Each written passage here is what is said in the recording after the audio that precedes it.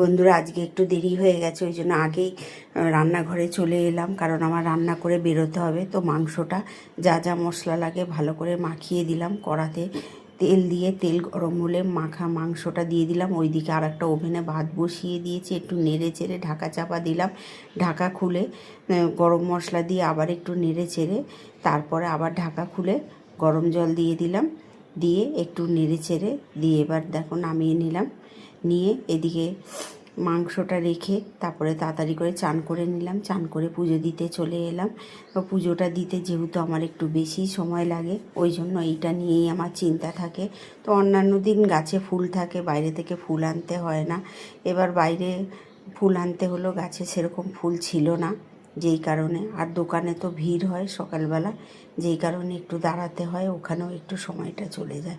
তো যাক, আমার আজকের এই ভিডিওটা দেখার জন্য ধন্যবাদ।